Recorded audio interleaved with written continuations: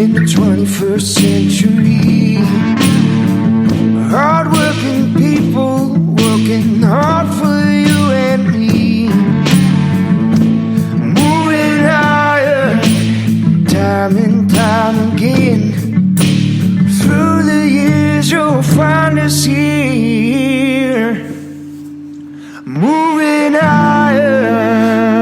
Hello and welcome to Moving Iron Podcast, Tax Moves with Glen Birnbaum. This edition of the Moving Iron Podcast is brought to you by Dawson Tire and Wheel, your premier ag tire and wheel provider in North America, helping people grow. Glenn, it's been a little bit, man. How you been? Hey, Casey, pretty good. We're definitely in the throes of our busy time here, but yeah, that's what we do. Yeah. So, how's winter been out there? Have you guys gotten tons of snow and cold air and all that fun stuff? It's been actually fairly mild. We've had a couple snows, but not really too bad. So yeah, I think pushing 60 maybe in about a week or so here. So yep. So it's pretty good. So Glenn is a CPA with Heindel Banhort, and he is in East Peoria, Illinois. And there's all kinds of stuff going on there. Like you said, it's the busy time of your year. This is the You're right there on the April 15th, not that far away, but there's a few other things that are going on right now that are coming up here pretty quick. So March 2nd is a pretty important date for the farm community. So talk about that a little bit, Glenn. Yep. So Monday, March 2nd is the deadline for farmers to file their tax returns and this is a big if they haven't made any quarterly tax estimates during the year, or they didn't make a January 15th estimate. So farmers have a little special rule. They get kind of a break. So if you don't, know what your income is going to be, you don't have to make any quarterly estimates, but you now just have to file by March 1st, or this year it's March 2nd. Casey is getting more and more difficult to be able to file by March 1st, just because, there's other maybe K-1s you're waiting on, or investment 1099s and that. So fewer and fewer of our farmers are filing by March 1st, but we do still have some. And so, that's a big deadline. That's really the first deadline we have. We have our March 1st farmer deadline, and then right after that, we have our March 15th deadline for partnerships and S corporations. And then we have our April 15th deadline for individuals and C corporations. So March 1st is the first deadline we kind of celebrate. Hey, we got through it. But again, less and less farmers are actually filing by March 1st, just because it's sometimes impossible to get the information, or we're waiting on guidance from the IRS, and certain forms aren't finalized, and we're unable to e-file. So that throws into it. So something else you brought up before, and kind of on that waiting on the IRS thing, you talked about some retroactive tax laws that were going back to 2018 and stuff like that have come into law here of late. So talk about that a little bit. What's going on there? Yeah, I don't know that we've talked about it. But they did pass in December of 2019 some retroactive kind of extender bill, it's sometimes called. And so most of these would be maybe more on the individual side. There's some energy tax credits, or one thing is mortgage insurance premiums, right? If enough of a down payment, right, you've got to pay a little extra, right, in your monthly mortgage. Well, like in 2017, that was deductible, okay? In 2018, it was not deductible when tax reform came out, okay? So now in December of 2019, they passed a law that retroactively says now, this is just one example, mortgage insurance premiums are deductible, okay? So what that means for the IRS is they have to go back in and change, reissue guidance for 2018, right? Like update the forms, update the instructions. And so, the last couple months, and particularly in the last month here, they've been working on changing the guidance, updating the guidance, not for 2019, which, we're still waiting on some guidance there, but for 2018. One of the more common ones, or at least it's certainly gotten some press, is it's called the unearned. It's called the kitty tax, really, is what it's generally referred to as. And it's for if your children or somebody under age 17 has a lot of interest and dividend income, unearned income, what tax rate do you pay on that? Well, if you were really kind of smart, you'd say, well, we'll just use the kids' tax brackets, right? And they don't have any other income. So it's a way to give them money, right? And then the earnings that makes gets taxed at a lower tax rate, right? A much lower tax rate because they, many years ago they changed that and said, no, you've got to use like the parent's tax rate. So you just stack it on top of the parent's tax rate, okay? So one of the interesting things there is, well, then you can't do the kids' return ahead of time because you don't know, maybe the parents' return you haven't finalized yet, right? So as a part of tax reform, they said, okay, we're going to make this simpler, I guess, and we'll just use like trust tax rates, which are a whole other set of ball of wax. But the bottom line is it's a lot higher tax rate and it goes up a lot quicker.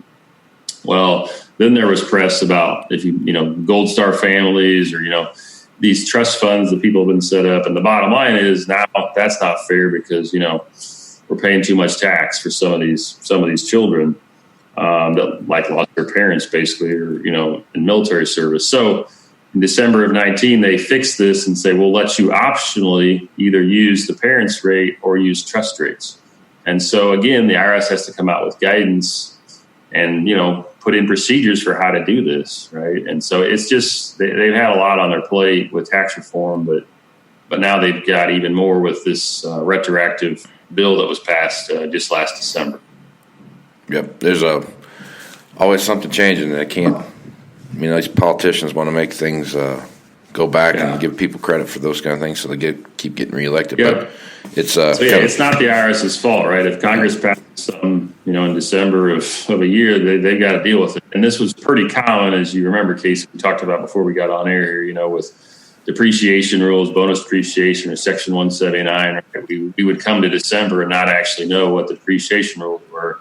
And then Congress would pass something, and then, that doesn't really spur a lot of investment, right? If for 11 and a half months out of the year, we didn't really know what the rule was. But so we had to deal with that quite a few years. Last couple, we haven't had to deal with it from a business standpoint, but still some of these extra side credits, tax credits and things were retroactively done back to 18. So there will be a fair amount of people amending 2018 tax returns to possibly, take advantage of some of these things. Right on. All right. So another thing you brought up, and we've talked about this before in the podcast, but there's been some with 199 A grain glitch and all the different things we have coming up there, how you deal with partnerships and all this kind of stuff. A lot of these software companies have not been able to actually finalize or quote unquote guarantee that their form is 100% correct. So you brought up one here that you were talking about selling stuff to a co-op if you have a loss. So talk about that a little bit. Yep. So we talked about this last time, but for a quick little recap, if you sell to a co-op, just for easy math, you make $100,000 because, I can't do math any better than this, Casey, this time of year. So, $100,000 of income on the farm. And normally you say, hey, I get a 20% deduction. So that's a $20,000 deduction, and I only pay tax on $80,000. That's kind of the general rule. Well, but if you sell to a co-op, that $20,000 deduction might get cut by 9% down to 11%, right? And so you work through the mechanics of that, and the form, would walk through that and say, okay, instead of a $20,000 deduction, you only get an $11,000 deduction, right? Okay, well, what if your farm lost money, negative $100,000, right? If you work through the math, and we won't get into it, but the bottom line is you could possibly end up getting an extra $9,000 deduction the way the mechanics works, because it's negative, and a negative is always less than zero, and kind of a weird thing. And so the software companies were not sure how to do this, and they thought the IRS was going to be coming out with guidance. Again, I think we talked about this 2 weeks ago. Yep. You do. And so some software companies, were like, okay, we'll just, we'll let you e-file, you figure it out. Other software companies said, no, we'll wait till the IRS instructions come out. And they waited and they waited. And so as a result, tax preparers that were using this one type of software were unable to file any farmer return. And so as of about a week ago, there were no returns being filed if you're using this software, which is pretty popular software. Luckily, we aren't using this software. But they finally relented and said, and they were like, okay, we will update this on like March 5th or something, because you put like the release notes in there.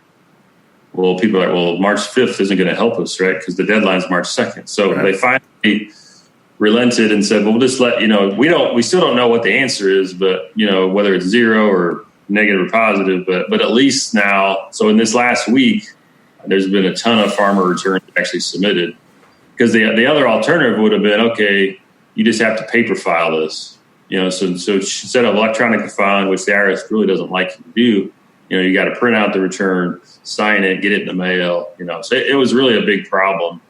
And luckily there was enough kind of backlash finally that some of these software companies gave in. But so anyway, a lot of buttons have been pushed this last week on farmer returns. I can guarantee you that, because up until last week, almost none had been filed. So yeah, kind of crazy. That's kind of nuts that there's that one little hang up in there that stops you from filing your whole entire your return there. Yeah. But, so what else is on your mind, Glenn? We're still waiting on some guidance. We've been talking about this a little bit. The interest expense limitation rules have been out there, I think, since February 7th. We know they're under review, and so we're hoping we'll get some news on that so we can file, in particular, some other type of real estate returns or returns that have a lot of interest on them. And there's some other new guidance regarding net operating losses and carried interest and things that should be coming out. But I guess the big thing on partnerships is they finally gave us some clarity on how to do some things. It's kind of in the weeds a little bit. We've talked about it a little bit, but they kind of backed off the last fall on a pretty big thing that was going to make for a lot of work on partnerships, and then actually backed off here about 2 weeks ago on a reconciliation that we don't have to do. So basically and as we've talked about, Casey, a lot of new entities that get set up are LLCs or partnerships. We've talked about the benefits of one entity over another, but almost a lot of our new entities are partnerships. And so people are feeling pretty good that there's not quite these rules on partnerships that we thought we'd have to deal with, because now the IRS is really wanting to audit partnerships more and more. So they've had to provide new disclosures and things that we have to fill out. But so everyone's feeling pretty good for 2019 tax year, but we're expecting that, and we've heard through the IRS and some different channels, that the IRS is going to be making partnerships a lot more challenging to prepare for year 2020. They wanted to do it for 2019, but they waited too long for the guidance, probably because they were busy, right, doing other things. And so we're feeling pretty good that 19 will be kind of the same as last year for partnerships. But for 2020, we expect there to be more challenges, more disclosures. And so, probably there'll be some more complexity if you have a partnership. And what's the thought process behind making the partnership so much harder? Well, it's a good question. A few years ago, they started putting in some procedures and processes for how to audit a partnership. Mm-hmm. Because, and I'm not an attorney, but legally, a partnership is a collection of individuals, and if you audit the partnership, do you end up auditing each individual person? And it's just different than auditing like a corporation, where you kind of have one person to deal with. But there's been so many new partnerships set up in the last 10 years that they know they've got to have a way to audit partnerships more than they do. And so they've put in some rules and some procedures for what happens if there's an issue. Does the partnership just pay the extra tax and then they go after the partners and get the money back, right? What if partners left? What if new partners join? So there's just a lot of complexity about how do we actually true this up in a sense, because a partnership doesn't actually pay taxes at the entity level. And so it's been a lot of work in the last couple of years. And so basically people are on notice that, hey, if you got a partnership return, there's a much greater chance of being audited than there ever used to be. And so there's just a lot more disclosures that we're having to fill out on the return to kind of help the IRS, I guess, figure out where maybe the higher risk returns are that they maybe should focus on. Right. That makes sense, I guess. Some of those guys could be using that as a tax shelter or something, I guess, so they could do those kind of things. That makes sense. All right, Glenn, well, good stuff. Anything else you want to throw in there before you shut this thing down?